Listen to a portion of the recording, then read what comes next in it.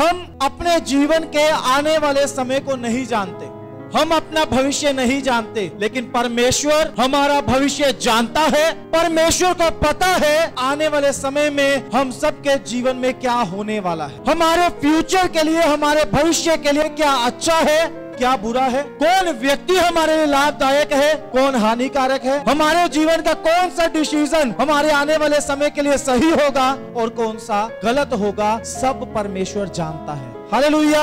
इसलिए जब भी हम अपने जीवन में किसी भी निर्णय को लेना चाहें, हमें उस निर्णय को लेने से पहले, अपने जीवन में किसी भी बड़े काम को करने से पहले प्रार्थना करनी चाहिए, प्रभु के पास जाना चाहिए और प्रभु से पूछना चाहिए हम इस काम को कैसे करें, या हम इस काम को करें या ना।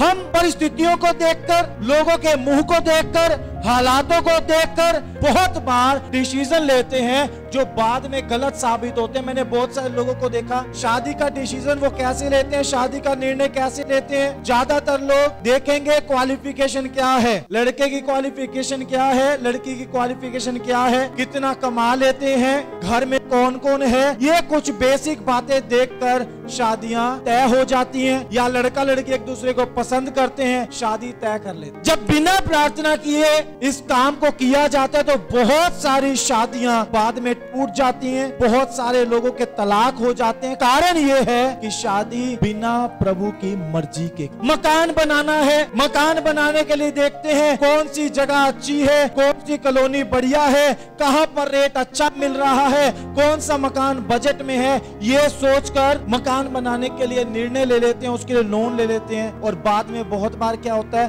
उस लोन की इंस्टॉलमेंट नहीं दे पाते और वो मकान हाथ से चला जाता। आज मैं आपको बात बोलना चाहता हूँ, आप अपने जीवन का निर्णय लेने से पहले प्रार्थनाएं जरूर करें, क्योंकि परमेश्वर जानता है आपके जीवन के लिए क्या अच्छा है, क्या बुरा है, आपके जीवन को परमेश्वर कैसे बनाएगा, कैसे संवारेगा। आप किसी मुसीबत में भी हो, आप किसी समस्या में भी हो, आप किसी दुख में भी हो, तो भी आप प्रार्थना करो, परमेश्वर से पूछो, प्रभु इस दुख से मैं कैसे बाहर आऊंगा। परमेश्वर आपको रास्ता बताएगा। अभी एक भाई ने गवाही दी, वो पिछले कई महीने से लगातार चर्च में आ रहे थे, उनका एक कोर्ट केस चल रहा था। कारण ये था, वो अपने घर में मीटर लगवाना चाहते थे और बिजली बोर्ड वालों ने मीटर का कनेक्शन पहले लगा हुआ था वो काट दिया और दोबारा वो लगाने के लिए तैयार नहीं थे। कोर्ट केस चल रहा है, लगातार चल रहा है और उनको कोई उम्मीद नहीं थी घर में मीटर लग जाएगा। पिछले संडे प्रभु ने उनके लिए बोला, परमेश्वर उनके लिए लड़ेगा और उनका काम पूरा होगा। इस हफ्ते आज हमने उस गवाही को सुन लिया। इसका कारण है, परमेश्वर ने अपनी इच्छा को प्रकट किया कि मैं इस काम को करने के लिए तैयार हूं, मैं करने के लिए जा रहा हूं, और प्रभु का धन्यवाद हो, वो काम परमेश्वर ने पूरा भी कर दिया। आज आपको इस बात को बता रहा हूं, इस बात को सिखा रहा हूं। आपको ये बात अपने जीवन में ले लेनी है कि जब भी आपके जीवन में कोई मुसीबत आए, कोई दुख आए, कोई समस्या आए,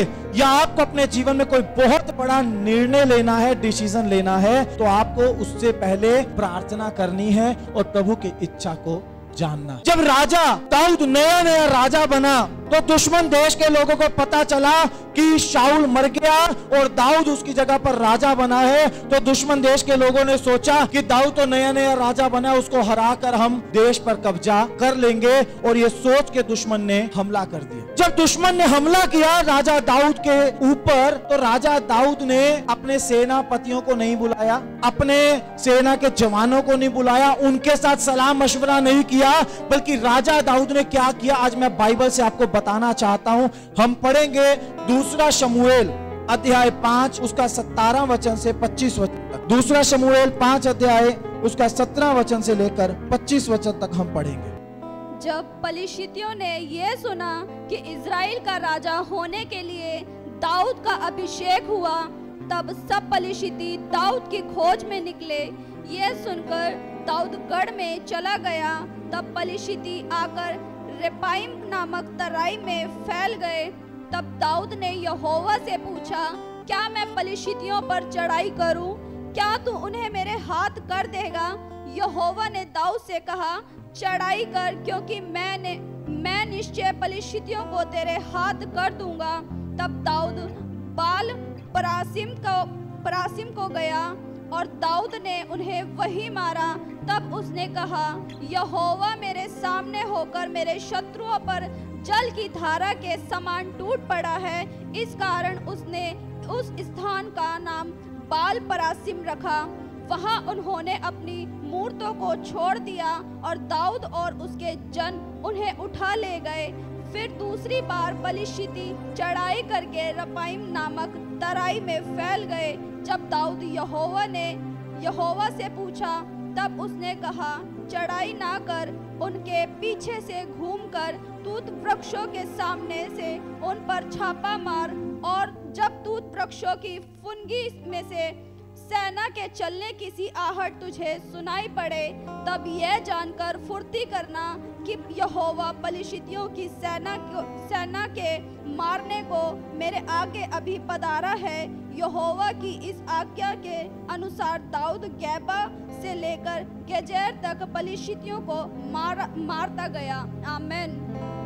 पलिश्ती दुश्मन देश है, उसकी सेना है, और राजा दाऊद के बारे में सुनते ही कि दाऊद राजा बन गया, उन्होंने तुरंत हमला कर दिया। हमला किया, बहुत बड़ी सेना है, दाऊद के पास सेना छोटी है, और बजाय इसके कि दाऊद चेक करे वो कितने सिपाहियों के साथ आ रहे हैं, कितने हाथी, कितने घोड़े, कितने रथ, कितने हथियारबंद जवान हैं, हमारे पास कितने जवान हैं, हमारे पास कितनी बड़ी सेना है, हमारे पास क्या से योद्धा हैं, ये सब कुछ देखने की बजाय दाऊद क्या करता है जानते हैं आप? दाऊद वहां पर लिखा गढ़ में गया, कमरा बंद किया, परमेश्वर से प्रार्थना करने लगा और परमेश्वर से सवाल किया, प्रभु पलिश्ती मुझ पर हमला करने के लिए आए हैं, क्या तू उनको मेरे हाथ में कर देगा? क्या मैं जीत जाऊंगा? क्या तू मुझे इस युद्ध में जयवंत करेगा? परमेश्वर ने बोला, मैं उसको तेरे हाथ में कर दूंगा, हमला कर दे। और लिखा है दाऊद ने जब उनके लड़ाई की, पलिश्ती हार गए, दाऊद जीत गया। कुछ टाइम के बाद फिर से दोबारा से नई ताकत के साथ, और ज्यादा जवानों के साथ, और बड़ी सेना के साथ,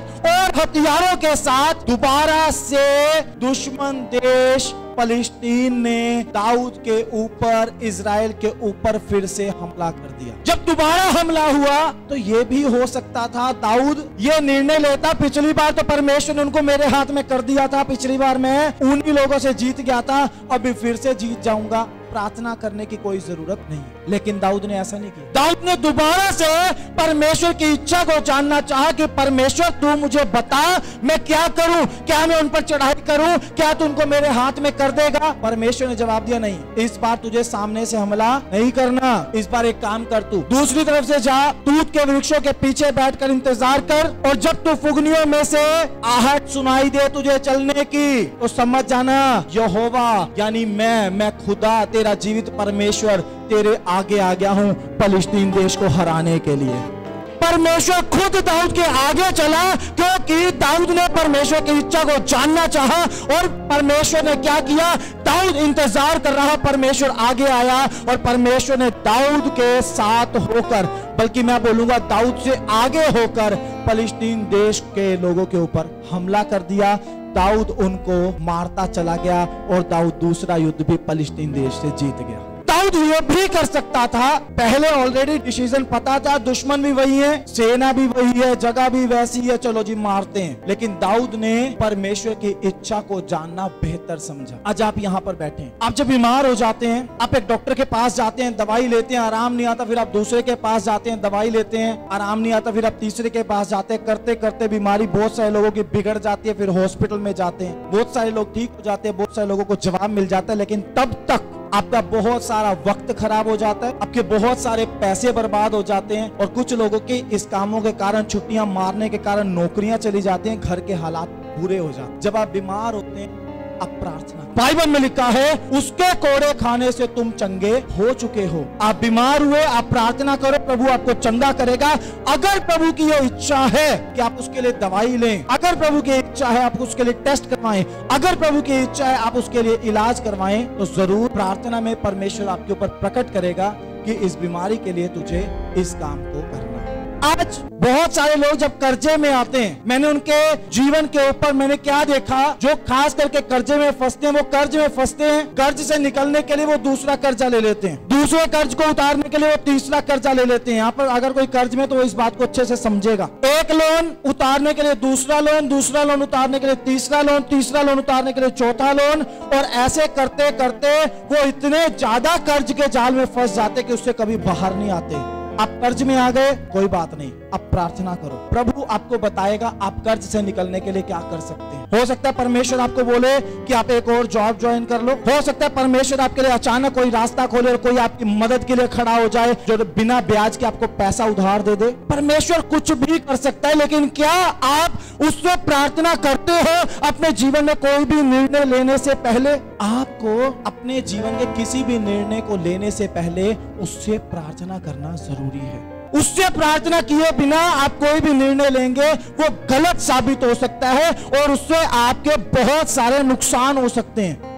मैं आपको अपने जीवन की बात बताना चाहता हूँ। 2007 में मैंने +2 क्लियर की और +2 क्लियर करने के बाद मेरी लाइफ का डिसीजन ये था कि मुझे स्टडी वीजा पर अब्रॉड जाना है, आउट ऑफ इंडिया जाना है, ऑस्ट्रेलिया या यूके किसी कंट्री में जाकर मुझे सेटल होना है। मैंने आइल्स की तैयारी की, उस एग्जाम को देने के लिए मैंने किसी बंदे को फीस दे दी कि मेरे एग्जाम की फीस भर दो, मैं आइल्स क्लियर करके बाहर जाऊंगा। उस बंदे ने क्या किया, मेरी फीस को लेके वो चला गया, उसने मेरा एग्जाम नहीं होने दिया। मैंने अपने डैड से दोबारा बोला मेरी हेल्प कर दो, दोबारा मुझे फीस दे दो, मुझे एग्जाम देना, उन्होंने मुझे मना कर दिया। मैं बड़ा निराश हो गया। उसके बाद मैं प्रभु में आ गया। 1 साल के बाद जब मैं यीशु मसीह के पास आया, मैंने प्रार्थना करना शुरू किया, प्रभु मुझे बाहर जाना है, मेरे लिए रास्ता खोलो, मुझे बाहर जाना है, मेरे लिए रास्ता खोलो। मैं जो भी प्रार्थना करता था, जब नया नया प्रभु में आया, जो भी प्रार्थना करता था, हर प्रार्थना का जवाब मुझे मिलता था। हर एक प्रार्थना, मैंने बीमारी से चंगे होने के लिए प्रार्थना की, प्रभु ने मुझे चंगा कर दिया। अपने फैमिली में जिस जिस बात के लिए प्रार्थना की, सब बातें प्रभु ने सुन ली, सिवाय एक बात के कि मैं प्रार्थना करता रहा, प्रभु मुझे विदेश में जाकर सेटल होना है। परमेश्वर ने मेरी उस प्रार्थना का जवाब ही नहीं दिया, मुझे बाहर नहीं जाने दिया। लेकिन मेरे साथ 2 लोग और थे जिनको बाहर जाना था, सेटल होना था। वो मुझसे काफी बड़े थे, जॉब करते थे और उसके साथ साथ ट्यूशंस भी लेते थे। उन दोनों का वीजा आ गया, वो बाहर चले गए, बाहर जाके फोन पे बात करते थे। मुझे बड़ा दुख होता था कि परमेश्वर ने मेरी प्रार्थना को नहीं सुना। तब ये तो नहीं जानता था कि प्रभु की इच्छा जानना क्या है, नया नया था प्रभु में, लेकिन बड़ा दुख होता था कि वो वहां चले गए और मैं अभी तक यहीं पर हूं। लेकिन उस दुख का अंत हुआ 2011 में। मुझे पता चला, मैं चंडीगढ़ में आ गया कि 2010 में मैंने बाइबल स्टडी कंप्लीट की। मेरे लिए प्रोफेसी हुई कि परमेश्वर आपसे अपनी सेवा को लेगा। सेवा के लिए मैं 2011 में चंडीगढ़ पहुंच गया और वो लोग 2011 में ऑस्ट्रेलिया गए थे। 2008 में, 2011 में वो लोग वापिस आए। जब वापिस आए, उनकी जॉब जा चुकी थी, उनका कोचिंग सेंटर का काम बंद हो चुका था, उनके ऊपर कम से कम 15 से 20 लाख रुपए का कर्जा हो चुका था। उस सारी चीजों से बचाने के लिए मेरे परमेश्वर ने मेरे लिए वो रास्ता ही नहीं खोला। मैंने आपको शुरुआत में बोला, आप नहीं जानते आपके भविष्य के लिए, आपके फ्यूचर के लिए क्या अच्छा है, लेकिन आपका परमेश्वर जानता है। कोई भी डिसीजन लेने से पहले, कोई भी निर्णय को लेने से पहले परमेश्वर से प्रार्थना करो, परमेश्वर से पूछो, परमेश्वर की इच्छा को जानने की कोशिश करो। अगर आप ऐसा करोगे, आप नुकसान से बच जाओगे। परमेश्वर को पता था मैं 15 लाख का कर्ज लेकर इंडिया वापस नहीं आ सकता, शायद मैं सुसाइड कर लेता। खुदा ने मुझे जीवन देना था, इसलिए परमेश्वर ने मेरे लिए वो रास्ता ही नहीं खोला। और प्रभु का धन्यवाद हो, मैं वहां नहीं गया तो परमेश्वर ने मुझे अपनी सेवा के लिए चुना, इस्तेमाल किया और इंडिया के 16 स्टेट्स के अंदर परमेश्वर ने मुझसे अपनी सेवकाई को लिया है। हालेलुया, प्रभु का धन्यवाद। परमेश्वर हमारी हर सिचुएशन को जानता और समझता है। आज आप घर से यहाँ पर आए हो, एक उम्मीद के साथ, एक आशा के साथ आए हो कि आज जब चर्च में जाएंगे हम प्रभु की आवाज को सुनेंगे, हम प्रभु की इच्छा को जानेंगे। जो बीमार आए हैं वो ये सोच कर आए हैं हम प्रभु से चंगे होकर आएंगे, हम परमेश्वर से कुछ लेकर आएंगे। परमेश्वर आपकी इच्छाओं को जानता है, लेकिन आपको भी परमेश्वर की इच्छा को जानने की कोशिश करनी है। यीशु मसीह ने जब प्रार्थना करना सिखाया तो यीशु मसीह ने बोला तुम इस रीति से प्रार्थना किया करो। क्या था उसमें? हे हमारे पिता, तू जो स्वर्ग में है, तेरा नाम पवित्र माना जाए, तेरा राज्य आए, तेरी इच्छा जैसे स्वर्ग में पूरी होती है ऐसे ही पृथ्वी पर भी हो। इसका मतलब उसकी इच्छा को पूरा करने वाले लोग बड़े कम हैं। प्रार्थना करने की जरूरत है कि उसकी इच्छा स्वर्ग में जैसे पूरी होती है ऐसे ही पृथ्वी पर हो, आपके और मेरे जीवन में हो, आपके और मेरे परिवार में उसकी इच्छा पूरी हो। लेकिन कैसी होगी? जब हम प्रार्थना करेंगे, जब हम उसकी इच्छा को जानेंगे, जब उसकी इच्छा को जानकर हम उसके अकॉर्डिंग डिसीजन लेंगे, तब उसकी मर्जी हमारी जिंदगी में पूरी होगी। जब मेरी शादी होनी थी, मेरी शादी से 1 साल पहले प्रभु ने मेरे मन में डाला कि मैं अपनी शादी के लिए प्रार्थना करना शुरू करूं। मैंने प्रार्थना करनी शुरू की। मैंने प्रभु से सिर्फ इतना बोला कि प्रभु मुझे एक ऐसी पत्नी चाहिए जो आपका भय मानती हो, बहुत अच्छी पढ़ी लिखी हो, एक अच्छी फैमिली से बिलोंग करती हो, एक अच्छी विश्वासी हो, आपके अधीन रहे, मेरे अधीन रहे। मुझे एक ऐसी पत्नी चाहिए, क्योंकि परमेश्वर ने मुझसे इस प्रार्थना को करवाया था। 1 साल मैंने प्रार्थनाएं की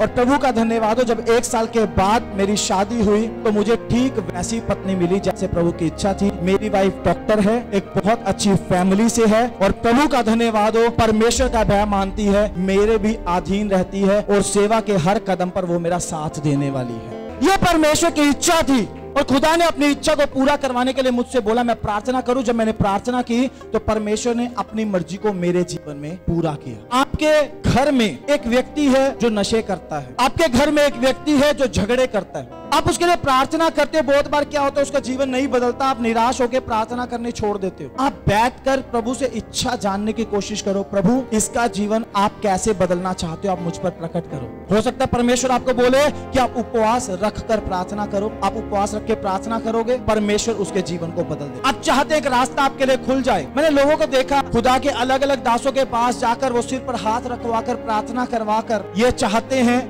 कि उनके लिए रास्ता खुले। खुदा का धन्यवाद हो, परमेश्वर अपने दासों को इस्तेमाल करता है, इसमें कोई शक नहीं है। लेकिन मैं उसके साथ आपको ये बोल रहा हूं कि आपका खुद का रिश्ता, आपका खुद का रिलेशन भी परमेश्वर के साथ होना जरूरी है। आमीन। परमेश्वर के दास आपके लिए प्रार्थना करेंगे, प्रभु रास्ते खोलेगा, लेकिन आप खुद भी प्रार्थना करेंगे तो भी परमेश्वर आपके लिए रास्ते खोल सकता है। वो खोलेगा, वो आपकी जिंदगी में अपनी मर्जी को पूरा करेगा। आपको केवल उसकी मर्जी को जानने की जरूरत है। आमीन। दूसरा इतिहास की किताब जब आप बाइबल में से पढ़ेंगे, घर जाकर पढ़ना, दूसरा इतिहास 20 अध्याय को आप ध्यान से पढ़ना। वहां पर एक राजा का जिक्र है, उस राजा का नाम यहोशापात है। जब यहोशापात राजा था यहूदा का, तब दुश्मन देश के लोगों ने उस राजा के ऊपर हमला कर दिया। जैसे उसको पता चला कि बहुत बड़ी भीड़ है हथियारबंद लोगों की जिन्होंने हमला किया, उसको पता चला, उसने तुरंत क्या किया, ना सिपाहियों को बुलाया ना सेनापतियों को बुलाया, उसने बोला सारे देश के लोग उपवास रखेंगे, प्रार्थनाएं करेंगे। खुद भी उपवास में बैठ गया प्रार्थना करने के लिए, सारे देश के लोगों से उपवास प्रार्थना करवा ली।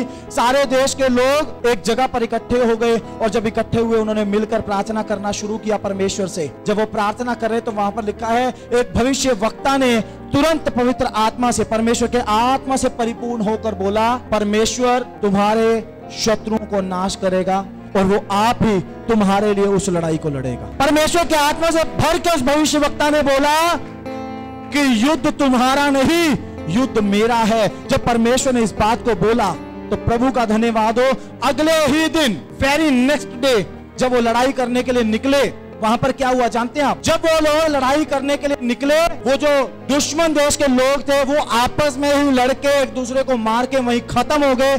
इनको लड़ाई करने की जरूरत नहीं पड़ी, बल्कि जब ये उस सेना के पास पहुंचे वहां पर लाशें पड़ी हुई थी, उनका बहुत सारा कीमती सामान पड़ा हुआ था, सोने चांदी के गहने पड़े हुए थे। इतनी ज्यादा लूट मिली कि 3 दिन तक उस सोने चांदी के गहनों को इकट्ठा ही करते रहे और उस लूट को लेकर अपने देश में वापिस आ गए। शत्रु ने चाल चली कि बर्बाद हो जाएं और इनके पास कुछ न रहे। परमेश्वर ने काम किया, लड़ाई भी नहीं की और बहुत कुछ उनको परमेश्वर ने दे दिया। अपने व्यक्तिगत जीवन में उन लड़ाइयों को जिनको आप रोज लड़ते हो, परमेश्वर के हाथ में सौंपो, परमेश्वर से पूछकर लड़ाई करो, परमेश्वर आपके लिए रास्तों को खोलेगा। परमेश्वर मूसा को बोलता मैं तेरे आगे आगे होकर चलूंगा। परमेश्वर बोलता डरो मत, चुपचाप खड़े रहो और उसकी निजात के काम देखो। कब बोला परमेश्वर ने? जब इजरायली लोग लाल समुद्र के पास फंस गए थे, पीछे सेना थी, सामने लाल समुद्र था, इजरायली बीच में फंसे हुए थे, तब परमेश्वर ने इच्छा को प्रकट किया, लाल समुद्र 2 भाग हो गया और सारे इजरायली वहां से बचकर निकल गए। आपको ये बात बोलना चाहिए, आपके जीवन में मुसीबतें बहुत बड़ी बड़ी हो सकती हैं, इतनी बड़ी कि आपको पता ही नहीं है उन मुसीबतों से बाहर कैसे निकलना है। लेकिन अगर आप परमेश्वर से प्रार्थना करोगे, उसकी इच्छा को जानने की कोशिश करोगे, तो उन सारी मुसीबतों को, उन सारे दुखों को परमेश्वर टुकड़े टुकड़े कर देगा और उन्हीं के बीच में से परमेश्वर आपको सुरक्षित बाहर निकाल लेगा। लेकिन इसके लिए जरूरी है आप कम से कम उस मुसीबत के समय में, उस दुख के समय में, उस समस्या के समय में, उस बीमारी के समय में, उस नुकसान के समय में, उस हानि के समय में और कुछ करने के बजाय कमरा बंद करके बैठकर प्रार्थना करो, यीशु मसीह को पुकारो, वो आपके ऊपर अपनी इच्छा को जाहिर करेगा और आपकी जिंदगी में सब कुछ पूरा करेगा। यदि आप भी अपनी आशीषों को पाना चाहते हैं, अपने जीवन में चंगाई और छुटकारों को लेना चाहते हैं, तो आप भी जरूर आए लिविंग ग्रेस चर्च दिल्ली में, अंबेडकर भवन, आराम बाग, झंडे वाला, न्यू दिल्ली, हर रविवार सुबह 10 बजे से लेकर 1 बजे तक।